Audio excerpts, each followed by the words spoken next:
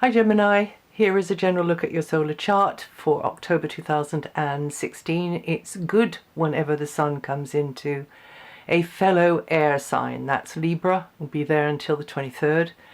And this means that there is quite a bright, less inward vibration around as the month kicks off, particularly after the 7th when Mercury moves into this same energy of creativity.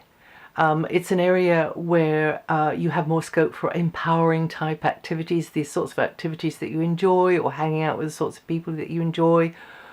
Or maybe if it's not like that, maybe you're more with children or young people, arts, entertainments, leisure, anything you personally find is fun to do, or you get a kind of a feeling of empowerment out of it. So if it's not fun that you feel empowered by, then it might be work, but whatever it is, where you can be more spontaneous and more in your creative flow, however that is.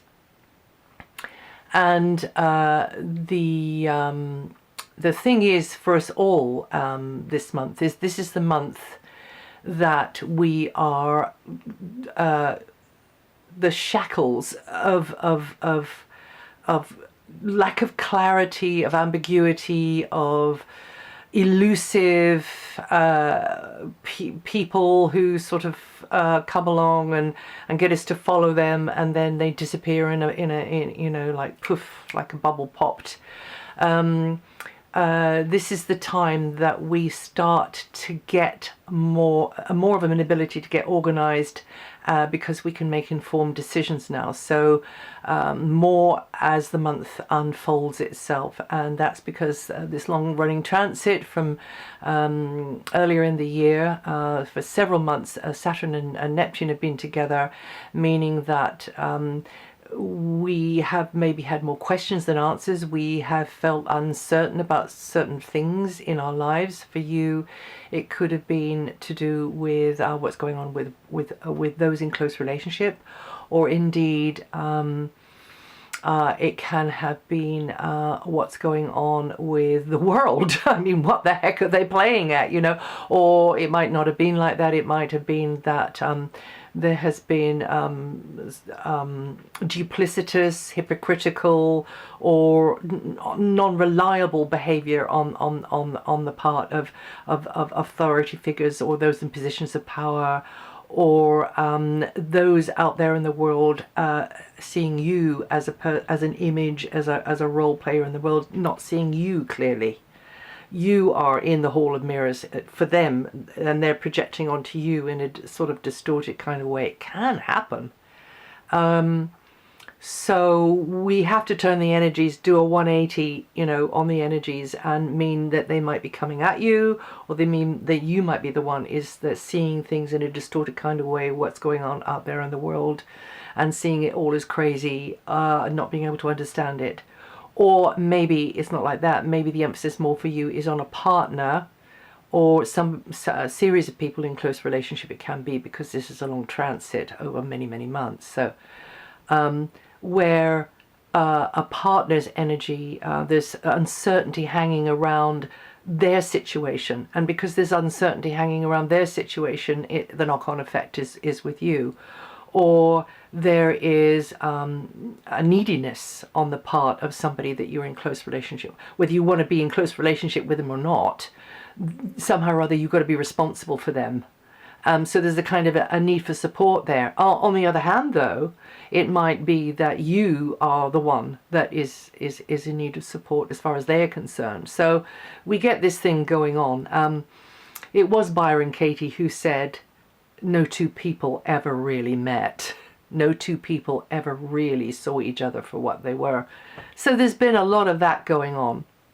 However, as October unfolds, we do get this more clarity coming in.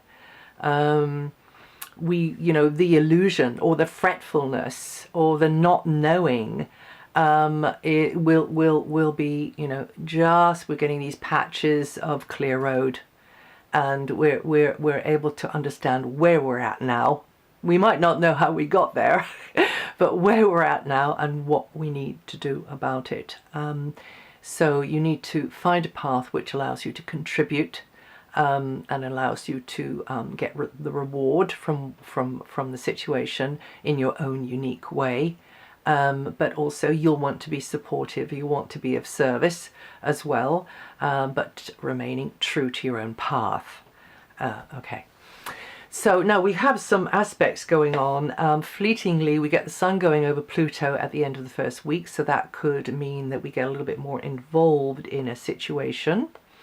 There might be more riding on that situation. It might be to do with joint interests around money, property, that kind of thing. It could be that. But also there could be sort of trickiness in there because of relationship and having to watch one step, or maybe having to play a really keep one's cards close to one's chest. And then in the middle of the month we have the Sun going over Uranus. I mean, literally it's just a couple of days over Pluto, over Uranus. Surprises, so expect the unexpected. Uranus is actually in a good position in your chart, so that means that it might be related to people around you who you meet up with, and you're not expecting them to you're not used to hanging out with those sorts of people, and that can kind of be a bit of a surprise, or it might be something that somebody is saying to you that you're not expecting them to have a knowledge or be familiar with, anyway, or whatever it is, but just something. But it's likely to be slightly inspirational as well, or maybe it's just on the level of who'd have thunk it, on the level of surprise. And then we've got Mars going over Pluto in the third week, and again this card's close to one's chest. There might be a bit of a power struggle going on there. It could be a bit of a clash of wills. There could be a bit of a kind of an ego conflict as well. You don't want to have anything to do with that if you can possibly help it. So play with a straight bat as far as you can, but you've got to be confidential. There's more than one thing going on here, okay?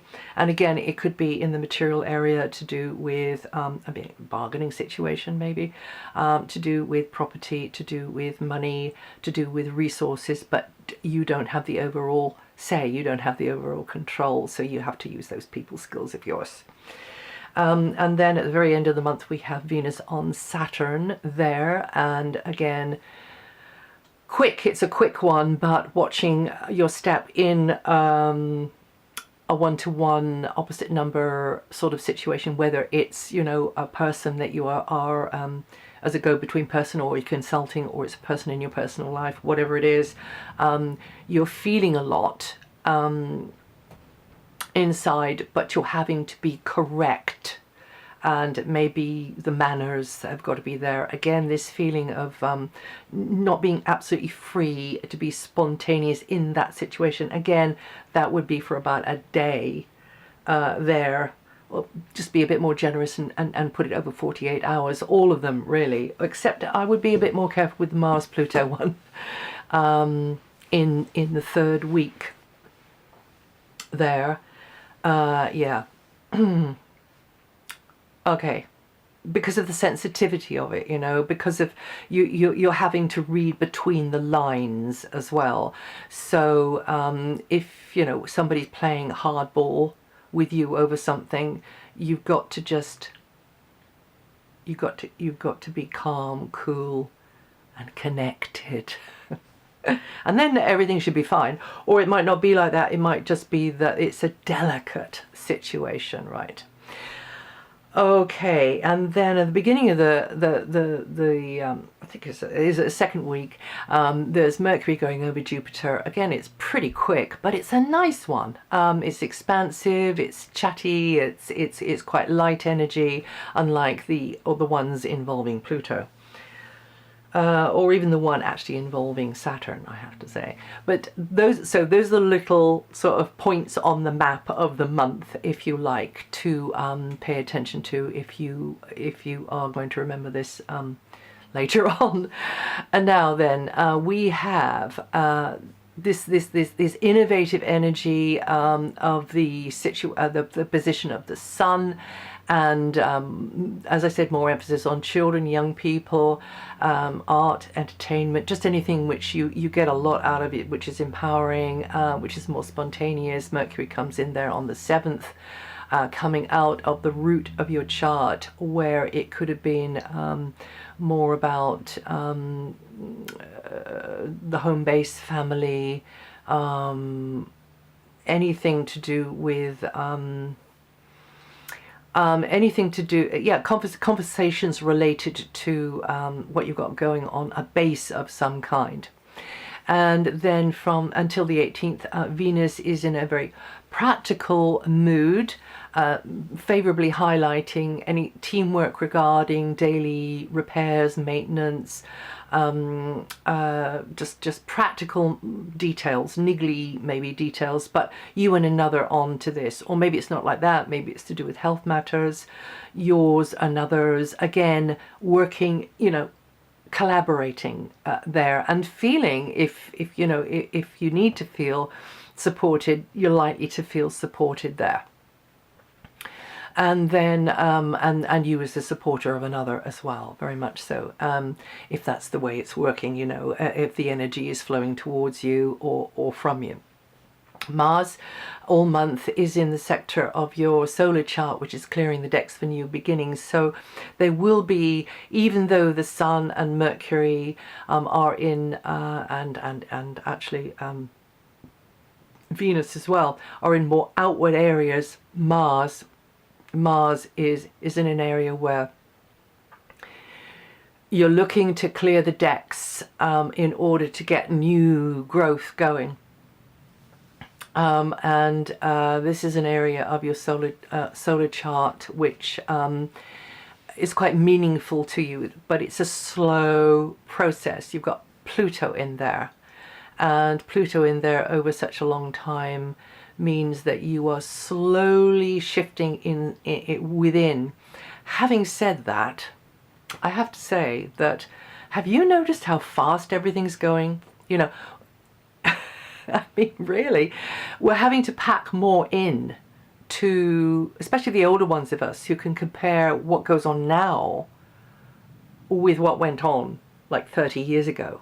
And one is having to deal with more, maybe fundamental even type stuff nowadays than one used to before, even though you don't know it's fundamental at the time.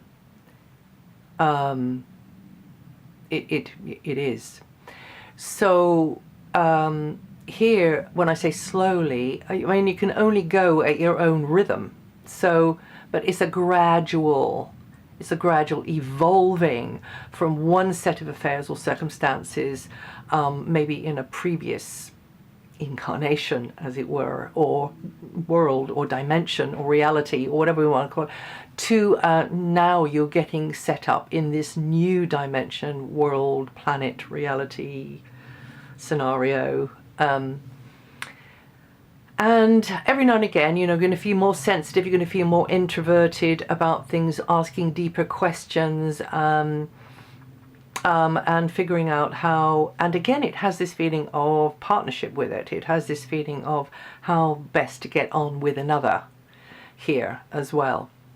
And of course, if there is not another, it's how best to get on with yourself. Because the better we understand and love ourselves, the better we do in relationships, and we draw to ourselves more in a person, or even a set of circumstances. Really, it doesn't have to be embodied in a person or a pet or something that's more aligned to where what we're radiating. Seems to be the way it works. Now, we got Saturn. So on the 23rd, the sun moves, and then it's a more chores or details you're having to deal with. Maybe getting to grips with health issues there, but yours are another. The to-do list, and so on. Yeah. So looking at the practicalities, also trying to be there, maybe the feeling of putting yourself at somebody else's disposal, or indeed somebody else putting themselves at your disposal too. So it works both ways, always with every position here, but it depends on what our dynamic is, where we're coming from our natal chart. So the long-term position of Saturn in your opposite sign Sagittarius is ultimately constructive for your sign, but you have to take on more responsibility for another because of what's going on for them. And I think I was talking about that earlier anyway. So Jupiter, which is a planet of abundance and growth, will very positively influence your sun sign until October 2017. This is a time when you may be appreciated more for yourself in a playful, kind of romantic way. You might have more to do with affairs of children, or romantic partners. You and somebody might just be having, more opportunity to just be free and more spontaneous, and enjoying more. Gives you it means that in the eyes of others you have the power, you're shining as a sort of major figure in their life. And leisure activities are bound to be emphasized there at one stage or another. You Geminians born the 23rd of May to the 1st of June, with 3 to 12 degrees rising, are going to feel that energy the most. And also with Saturn, those of you born the 30th of May to the 6th of June, or with 10 to 16 degrees rising, you're going to be feeling that energy the most. And then of course Neptune is going through your career area, and I mentioned a little bit about Neptune, but there's more about that on my website. I mentioned Neptune earlier on. You Geminians born the 28th of May to the 1st of June, and we're 8 to 11 degrees rising, going to feel that energy the most, and that's it for October. If you know your rising sign, know your moon sign, listen to those, but also the basics of this material is written up on my website, and I'm just trying to hurry along here a little bit, but hopefully that's going to be helpful, and I'll see you the next time.